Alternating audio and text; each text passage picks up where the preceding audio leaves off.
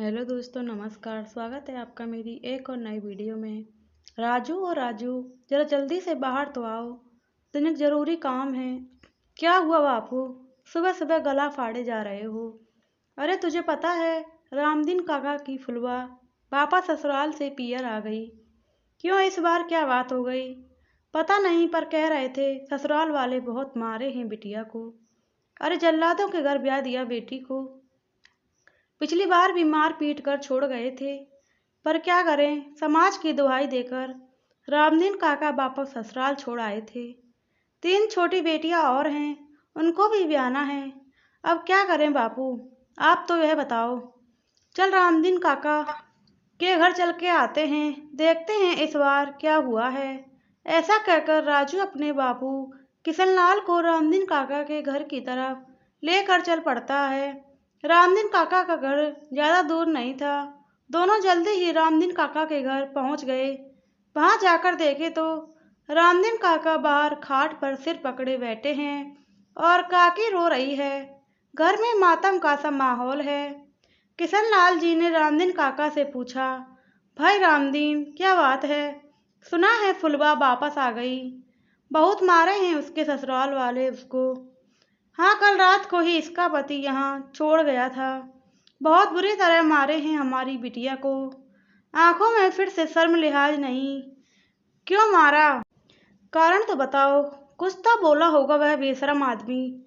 हाँ, कह रहा था जब काम ढंग से करना आ जाए और सास और पति का लिहाज करना आ जाए तब भेज दियो। अच्छा, जरा बुलवाना फुलवा बिटिया को बाहर, तनिक उससे बात करनी है। रामदीन काका ने अपनी बिटिया को बाहर बुलाया। जब फुलवा बाहर आई तो उसे देखकर किशनलाल और राजू दोनों सकते में आ गए। आंखें सूजी हुई, चेहरे पर चोट के निशान, हाथ और गले पर नील पड़ी हुई है।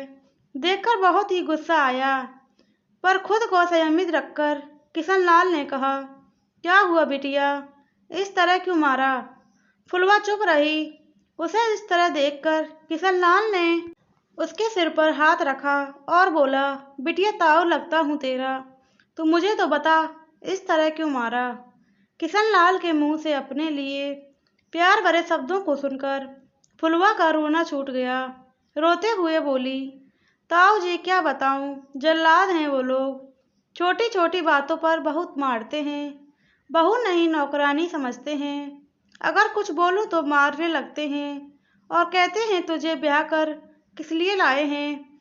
यह सब कब से चल रहा है? ब्याह कर गई थी तब से ऐसा ही बर्ताव करते हैं ताऊ जी। दूसरे दिन सुबह सुबह ही कमरे में आकर सासू माँ ने चांटा मार दिया था और बोली कि तेरे होते ही मेरी बेटी काम क्यों कर रही है, शर्म नहीं आती? बेचारी सुबह सुबह काम में लगी है और तू यहाँ कमरे में बैठी हुई है। तेरे ससुर ने कुछ नहीं कहा? क्या कहेंगे, बीवी के सामने जबान नहीं चलती। दोनों माँ बेटे अपनी मनमानी करते रहते हैं। अब की बार क्या हुआ? ताऊ जी सच बोला था, इसलिए 4-5 दिन हो गए ढंग से खाना नहीं खाया मैंने। इतना काम करो फिर भी भरपेट रोटी तक नसीब नहीं होती। रोटी ज्यादा बन जाए तो सुनने को मिलता अपने बाप के घर से लेकर आई थी क्या, और कम पड़ जाए तो कोई जरूरत नहीं अलग से बनाने की। दिन भर रोटी तोड़ती रहती हो, एक टाइम भूखे रह जाएगी तो मर नहीं जाएगी। इंसान हूँ, जानवर नहीं। बस यही बोला कि दिन भर काम करती हूँ, कम से कम रोटी तो खाने दे दिया करो। उस पर दोनों माँ बेटे ने मिलकर मुझे मारना शुरू कर दिया। जब बेहोश हो गई तब जाकर पीछा छोड़ा। अब बर्दाश्त नहीं होता ताऊ जी। देख फुलवा, तू चुप है इसलिए वो लोग ताकतवर हैं।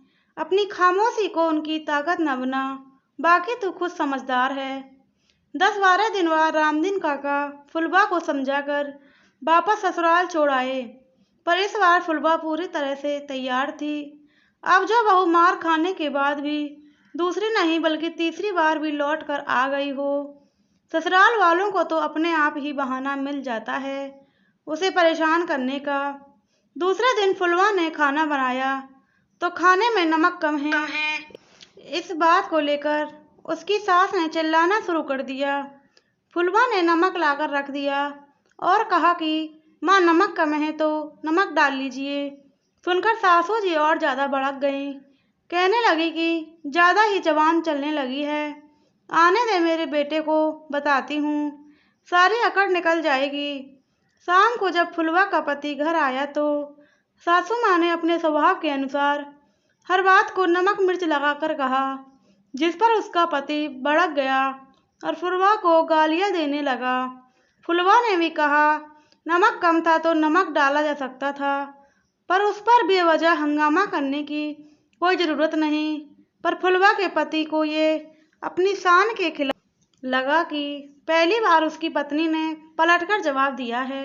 उसने आओ देखा नताओ उठाया लठ और फुलवा को मारने लगा।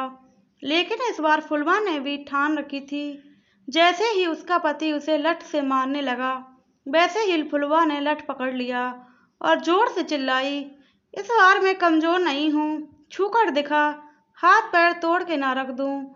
तो फुलवा का रुद्र रूप देखकर उसका पति एक बार तो बिलकर सकते में आ गया, पर इतने में सासू माँ जोर से चिल्लाईं, ज़्यादा ही जवान चलने लगी है, अपने पति के सामने बोलती है, शर्म बेचकाई।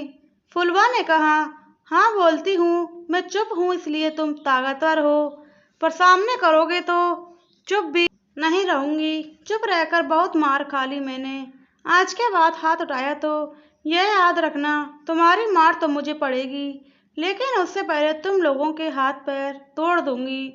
बहुत बर्दाश्त कर लिया।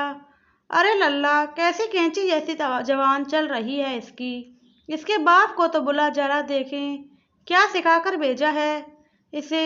हाँ बुलाओ मेरे बाप को, बहुत इज्जत के नाम पर मार खा ली मैंने, मार मुझे पड़ती है मेरे बाप को नहीं, घाव मुझे मिलते हैं, दर्द मुझे होता है, चाहे तो पूरी पंचायत बुला लो, अब तो मैं बेशरम हो गई, अब बस और नहीं, मेरी खामोशी का तुम लोग ही ताकत नहीं बनने दूंगी। फुलवा का यह रौद्र रूप देखकर अब किसी की हिम्मत नहीं हुई उसके आगे कुछ बोलने की, पर आज फुलवा खुश है, एक हिम्मत काफ़ी है जिंदगी की मुसीबतों को दूर करने की। खामोशी तभी तक ठीक है जब तक वह नुकसान ना दे, ऐसी खामोशी भी किस काम की जो शरीर पर चोट के अलावा कुछ ना दे। प्लीज़ दोस्तों वीडियो अच्छी लगी चैनल सब्सक्राइब करें, वीडियो को लाइक करें, कमेंट करके ज़रूर बताएं, बेल आइकन को प्रेस करें जिससे आगे आने वाली वीडियो की नोटिफिकेशन आप तक पहुंचती रहे। मिलते हैं आपको आगे आने वाली एक और नई वीडियो में। जय श्री राम, राधे राधे, जय श्री कृष्णा, जय माता दी।